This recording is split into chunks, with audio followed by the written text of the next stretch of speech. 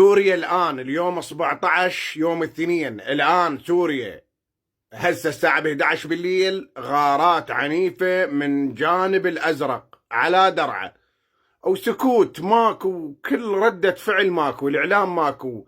وطبعا الغارات بيها جرحى وبيها ضحايا هواي، والجماعة ساكتين. حتى لو اكو خلاف مع بجوج، عندنا ملاحظات على بجوج، بس يا اخي الشعب السوري مو هين علينا.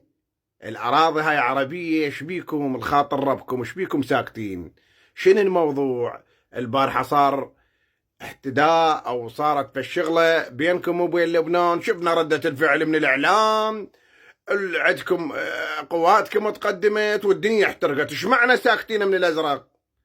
مو جاي يقصف غارات عنيفة وجاي تروح لكم أرواح وأنتم ماكو؟ شنو الموضوع؟